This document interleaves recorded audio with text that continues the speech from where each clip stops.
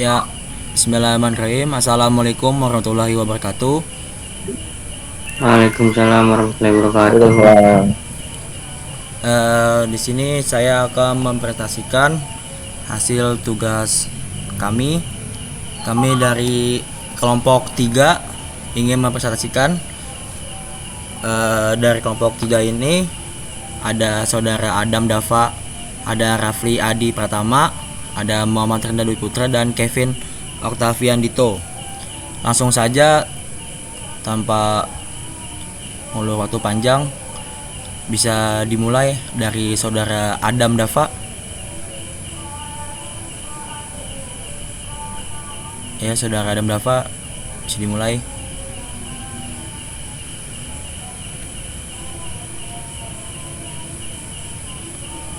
Adam Dava mana ya? Oke. Oke, siap. Karena ada halangan, saudara Dava masih di jalan, langsung dimulai oleh saudara Rapi saja ya. Ya, ya. Di sini saya akan menjelaskan latar belakang dari PPT. Setiap hari kita sering memanfaatkan adanya potensial listrik dalam sebuah perangkat kelistrikan. Contohnya radio, televisi, dan bahkan komputer atau laptop. Kita juga sering menggunakan alat yang terdiri dari komponen bernama kapasitor. Namun kita sering tidak mau tahu tentang apa dan bagaimana alat yang kita gunakan bekerja. Sehingga bila ada kerusakan atau kesalahan dalam menggunakan, kita sering tidak sadar dan berakibat fatal bagi perangkat tersebut. Selain itu, kita sering susah membedakan antara potensial listrik dengan medan listrik, tegangan listrik, hambatan listrik maupun kekuatan arus listrik. Namun bukan itu yang akan kami jelaskan dalam makalah kali ini, melainkan apa itu potensial listrik. Pengertian potensial listrik. Potensial listrik merupakan besarnya energi potensial listrik pada setiap satu satuan muatan. Potensial listrik juga merupakan besaran skalar yang berkaitan dengan kerja dan energi potensial pada medan listrik. Potensial listrik dapat dirumuskan sebagai berikut. I sama dengan EP per Q.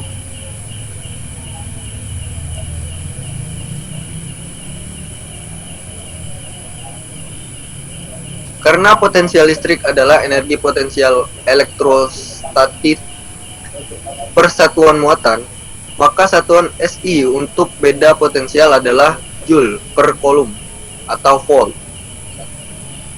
Karena diukur dalam volt, maka beda potensial terkadang disebut voltase atau tegangan. Jika diperhatikan dari persamaan beda potensial yang merupakan integral dari medan listrik E terhadap perubahan jarak dl, maka dimensi E dapat juga disebut 1N per C sama dengan 1V per M. Oleh karenanya, maka beda potensial V sama dengan medan listrik E dikali jarak L satuan V sama dengan V per M dikali M. Baik, saudara Rafli, terima kasih. Dilanjut, saya sendiri yang akan membacakannya, yaitu saya akan membacakan tentang potensial listrik akibat satu muatan titik. Sebuah titik yang terletak di dalam medan listrik akan memiliki potensial listrik. Potensial listrik yang dimiliki titik tersebut besarnya ditentukan oleh V sama dengan KQR, karena E sama dengan KQR2, maka V sama dengan E X R kali. Dari rumus di atas terlihat bahwa titik-titik di permukaan bola berjari-jari R potensialnya sama. Dari sini dapat disimpulkan bahwa bidang ekuipotensial, bidang di mana titik-titik di dalamnya mempunyai potensial sama. Suatu muatan titik terletak permukaan bola konsentris dengan muatan titik sebagai pusat bola. Gambar di samping melukiskan bidang ekuipotensial akibat sebuah muatan dan sebuah konduktor netral yang diletakkannya di dekatnya. Perhatikan bahwa muatan konduktor hanya tersebar di permukaan saja. Di dalam konduktor muatannya 0. Next. Potensial listrik akibat beberapa muatan.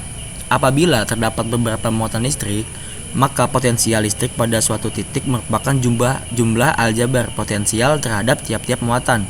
Misalnya, jika kita mempunyai 3 buah muatan, yaitu Q1, Q2, Q3, maka potensial listrik di titik yang berjarak RL, R2, R3 dari ketiga muatan tersebut adalah V sama dengan kaki IR tambah kaki 2R2 tambah kaki 3R3.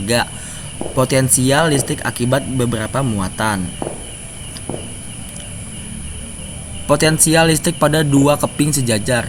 Konduktor dua keping sejajar adalah dua keping logam sejajar yang dihubungkan dengan sebuah baterai sehingga kedua keping mendapatkan muatan yang sama, tetapi berlawanan tanda. Bentuk keping sejajar seperti ini disebut kapasitor. Di antara dua keping akan dihasilkan medan listrik yang serba sama dengan arah dari keping positif ke keping negatif. Medan listrik yang serba sama seperti ini disebut medan listrik homogen.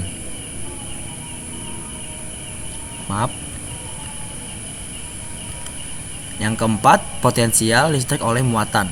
Potensial listrik total pada sebuah titik P yang dihasilkan oleh dua atau lebih muatan dapat diperoleh dengan menerapkan prinsip superposisi pada persamaan di atas. Potensial listrik total tersebut sama dengan jumlah dari potensial listrik yang dihasilkan oleh masing-masing muatan, sehingga dapat ditulis usaha untuk membawa muatan Q dari jauh tak hingga ke titik sejauh R dari muatan Q. Selanjutnya bisa dibacakan oleh saudara Adam. Apakah sudah bisa? Saudara Adam. Baik. Saudara Raffi bisa dibacakan kembali? Ya. Saudara Adam. Saya Hendra. Oke, siap. Sorry ya kalau ada agak berisik. Oke, siap, tidak apa-apa Mas Adam. Pengertian kapasitor. Kapasitor adalah komponen elektronika yang dapat menyimpan muatan listrik. Struktur sebuah kapasitor terbuat dari dua lembar plat metal yang dipisahkan oleh suatu bahan dielektrik. Bahan dielektrik yang umum dikenal misalnya udara vakum, keramik, gelas, dan lain-lain. Jika kedua ujung plat metal diberi tegangan listrik, maka muatan-muatan positif akan mengumpul pada salah satu kaki elektroda metalnya, dan pada saat yang sama muatan-muatan negatif terkumpul pada ujung metal yang satu lagi. Muatan positif tidak dapat mengalir menuju ujung kutub negatif dan sebaliknya. Muatan negatif tidak bisa menuju ke ujung kutub positif karena terpisah oleh bahan dielektrik yang non-konduktif. Muatan elektrik ini tersimpan selama tidak ada konduksi pada ujung-ujung kakinya di alam bebas. Fenomena kapasitor ini terjadi pada saat terkumpulnya muatan-muatan positif dan negatif di awan. Kapasitasi didefinisikan sebagai kemampuan dari suatu kapasitor untuk dapat menampung muatan elektron. Kolom pada abad 18 menghitung bahwa satu kolom sama dengan 6,25 kali 1018 elektron. Kemudian Michael Faraday membuat postulat bahwa sebuah kapasitor akan memiliki kapasitansi sebesar 1 farad jika dengan tegangan 1 volt dapat membuat muatan elektron sebanyak 1 kolom. Dengan rumus dapat ditulis Q sama dengan CV dengan asumsi T adalah muatan elektron,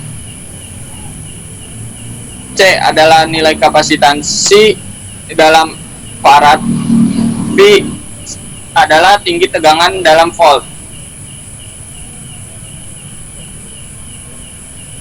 Cara kerja kapasitor dan prinsip kapasitor. A. Cara kerja kapasitor. Cara kerja kapasitor dalam sebuah rangkaian adalah dengan mengalirkan elektron menuju kapasitor. Pada saat kapasitor sudah dipenuhi dengan elektron, tegangan akan mengalami perubahan. Selanjutnya, elektron akan keluar dari sebuah kapasitor dan mengalir menuju rangkaian yang membutuhkannya. Dengan begitu, kapasitor akan membangkitkan reaktif suatu rangkaian. Namun tidak kita pungkiri, meski suatu komponen kapasitor memiliki bentuk dan ukuran yang berbeda, tetapi fungsi kapasitor tetap sangat diperlukan dalam suatu komponen elektronika atau bahkan perangkaian elektronika. Adapun kedua keping atau piringan pada kapasitor dipisahkan oleh suatu insulator. Pada dasarnya tidak ada elektron yang dapat menyeberang lelah di antara kedua keping. Pada saat baterai belum terhubung, kedua keping akan bersifat netral. Baik, terima kasih Saudara Adam. Selanjutnya akan dibacakan oleh Saudara Kevin. Apakah Saudara Kevin sudah ada? Baik, tidak ada ya. Oke, akan dilanjutkan oleh Saudara Rafli. Bisa dilanjutkan, Saudara Rafli? Oke, tidak ada respon. Saya saja, berarti dilanjutkan dari materi yang tadi disampaikan oleh Saudara Adam. Saat baterai terhubung, titik di mana kawat pada ujung kutub negatif dihubungkan akan menolak elektron, sedangkan titik di mana kutub positif terhubungkan menarik elektron. Elektron-elektron yang tersebut akan tersebar ke seluruh keping kapasitor. Sesaat elektron mengalir ke dalam keping sebelah kanan dan elektron mengalir keluar dari keping sebelah kiri. Pada kondisi ini harus mengalir melalui kapasitor, walaupun sebenarnya tidak ada elektron yang mengalir melalui selah kedua keping tersebut. Setelah bagian luar dari keping termuati, berangsur-angsur akan menolak muatan baru dari baterai, karena arus pada keping tersebut akan menurun besar terhadap waktu sampai kedua keping tersebut berada pada tegangannya yang dimiliki baterai. Keping sebelah kanan memiliki kelebihan elektron yang terukur dengan muatan minus Q, dan pada keping sebelah kiri termuati sebesar plus Q. Yang B, prinsip kapasitor. 1. Jika dua buah plat atau lebih yang berhadapan dan dibatasi oleh isolasi, kemudian plat tersebut dialiri listrik, maka akan terbentuk kondensator isolasi yang menjadi batas kedua plat tersebut, dinamakan dielektrikum. 2. Bahan dielektrikum yang digunakan berbeda-beda sehingga penamaan kapasitor berdasarkan bahan dielektrikum. 1. Luas plat yang berhadapan bahan dielektrikum dan jarak kedua plat mempengaruhi nilai kapasitasnya. Yang ketiga, pada suatu rangkaian yang tidak terjadi kapasitor liar, sifat yang demikian itu disebutkan kapasitansi parasitis. Penyebab adalah adanya komponen-komponen yang berdekatan pada jalur penghantar listrik yang berdekatan dan gulung-gulungan kawat yang berdekatan. Baik, sekian itu saja yang bisa kelompok kami sampaikan. Kurang lebihnya mohon maaf. Karena waktu sudah malam, saya mau berterima kasih kepada teman-teman semua sudah menghadiri presentasi ini. Kami dari kelompok 3 izin pamit undur diri. Sekian, wassalamualaikum warahmatullahi wabarakatuh. Waalaikumsalam warahmatullahi wabarakatuh. Terima kasih ya semuanya.